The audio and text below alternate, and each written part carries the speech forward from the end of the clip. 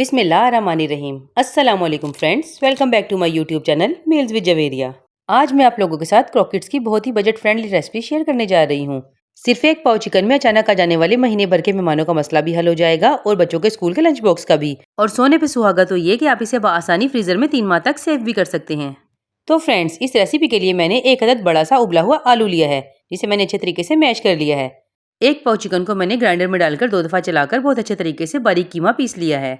अब मैं इसमें ऐड कर रही हूँ ये उबला हुआ आलू।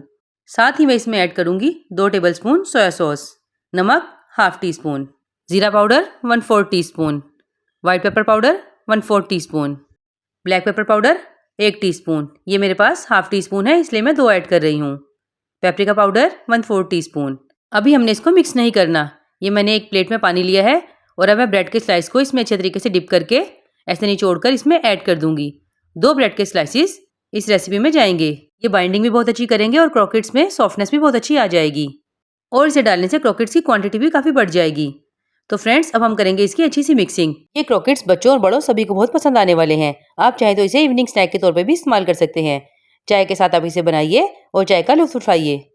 तो फ्रेंड्स, मिक्सिंग करने के बाद अब मैं इसमें ऐड करने जा रही हूँ अंडा। जी हाँ, अंडा भी बाकी है। वैसे तो हम कोटिंग के लिए भी अंडा इस्तेमाल करेंगे, लेकिन अंडा इसमें बीच में अगर हम डालेंगे तो इससे बहुत सॉफ्टनेस आएगी और ये बाइंडिंग का काम भी करेगा। तो अंडे को भी हम अच्छे तरीके से मिक्स करने के बाद अब बनाएंगे इसके क्रॉकेट्स। हाथ को मैंने हल्का गीला कर लिया है और अब मैं इस तरीके से थोड़ा थोड़ा सा मटेरियल लेके इसको क्रॉकेट्स की शेप दे लूँगी। आप चाहें तो डिफरेंट शेप के भी बना सकते हैं, कोई हार्ड एंड फास्ट रूल नहीं है। तो फ्रेंड्स, इसी तरह से मैं बाकी के सारे क्रॉकेट्स भी तैयार कर लूँगी। अब आती है इसकी कोटिंग की बारी। कोटिंग के लिए मैंने लिया है मैदा। मैदे में मैंने नमक और काली मिर्चों को मिला लिया है और इस तरीके से मैंने सबको कोट कर लिया है। कोटिंग अभी कंप्लीट नहीं हुई, अभी एक स्टेप और बाकी है।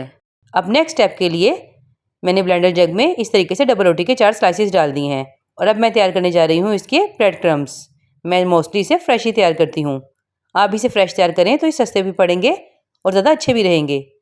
और अब मैं करने लगी हूँ कोटिंग। कोटिंग के लिए मैंने लिया है अंडा। अंडे में मैंने नमक और काली मिर्च ऐड कर ली है। अब मैं इन क्रॉकेट्स की कोटिंग अंडे में करूँगी और इसके बाद ब्रेड क्रम्स में। अच्छे तरीके से कोटिंग करने के बाद ये देखिए क्रॉकेट रेडी है। इसी तरीके से मैं बाकी के सारे भी रेडी कर लूँगी। ये तमाम रेडी हो गए हैं। इस स्टेज पर अगर आप चाहें तो इन्हें फ्रीज कर सकते हैं, मगर फिलहाल मैं इन्हें फ्राई करने जा रही हूँ।